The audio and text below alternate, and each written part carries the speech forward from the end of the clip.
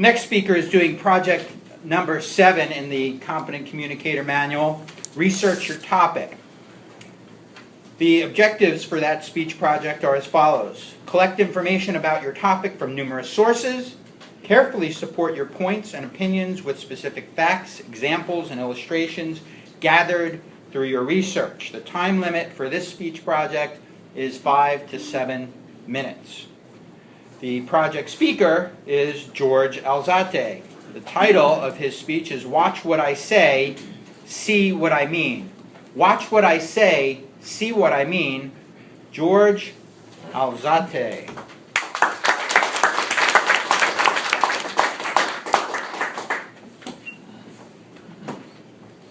Good morning, Toastmasters, and welcome guests. How is everyone today? Good. Pauline, is that the agenda there? Do you mind if I take a look at it? Thanks. That was a help. Hey, Jesse. Is there any guests back there? Would they like to come up forward to the front? There's some seats up here in the front. No? Okay. That's all right. If you noticed, gestures can be a very important part of the way we communicate. We use gestures to communicate to other people how we feel, what we need, or what we want. It's no surprise that animals also use gestures to communicate. Honeybees, for example, do a specific dance to let other honeybees know where to find the best flowers for nectar. Elephants will hold their trunks up in an S shape to show that they're interested or that they're expecting something to happen. They'll also fold their trunks in under their tusks as an invitation to other elephants to come and play. Man's closest relative in the animal kingdom, chimps and bonobos, are known to use the same gesture for multiple meanings. Waving your hands like this can mean, help me out, or it can mean, give me some food, depending on the situation. While a scream or a yell usually has just one meaning. For apes, gestures are more important to their communication than vocal sound. In human terms, language is what separates us from the other animals.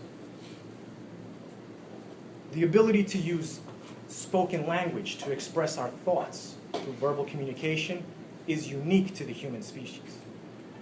Humans have been around for about 200,000 years. But by some accounts, human language has only been around for 10,000 years. So how did we first learn to communicate? Most likely through gestures or sign language. Like most animals, humans have their own gestures, and they can be specific to the many different cultures that we have. Sometimes, if we don't speak the same language, gestures is the only way we can communicate. At the beginning of my speech, I used some gestures that are common and readily accepted in this country. But to people from other countries, they can be considered offensive. I came across this great book called Kiss, Bow, or Shake Hands, the best-selling guide to doing business in more than 60 countries. And it has a section on gestures for each country. In this book, I learned that pointing with a finger is considered rude in India.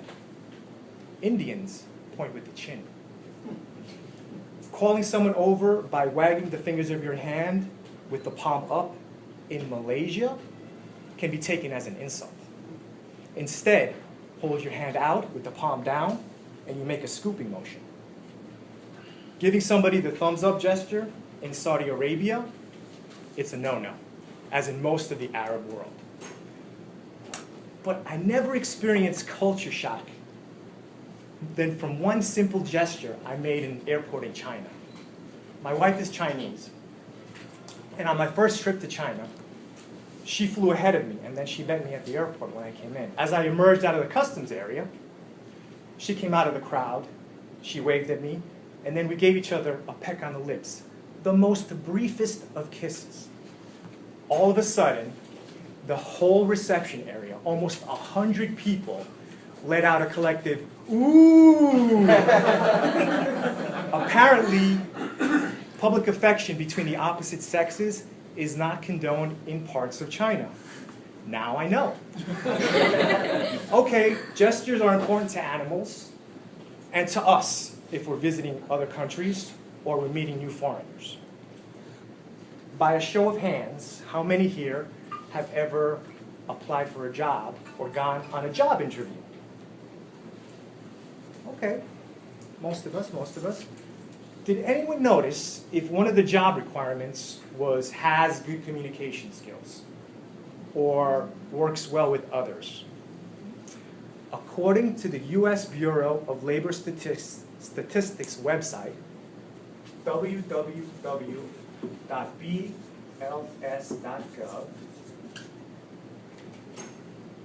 the top 6 highest paying jobs list good communication skills as the single most important quality to have. Of the total of 20 jobs listed on that website as highest paying, only 2 did not note communication skills as an important quality to have at all. Those 2 jobs were judge and political scientist. Apparently, you don't need to work well with others either in the courtroom or in Washington, D.C.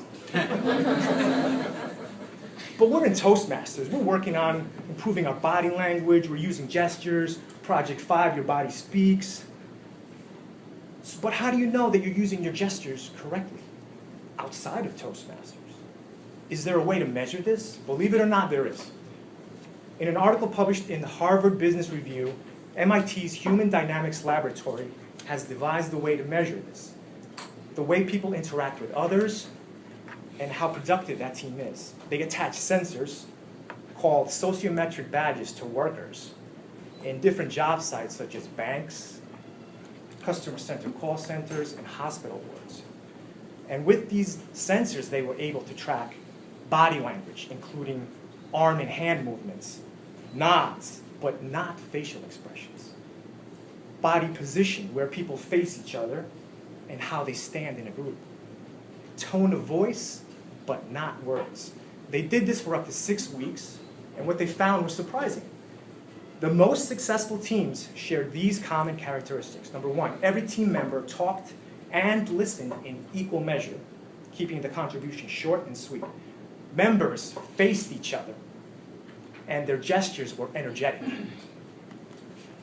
Thirdly, members connected directly with each other, and not just with the team leader.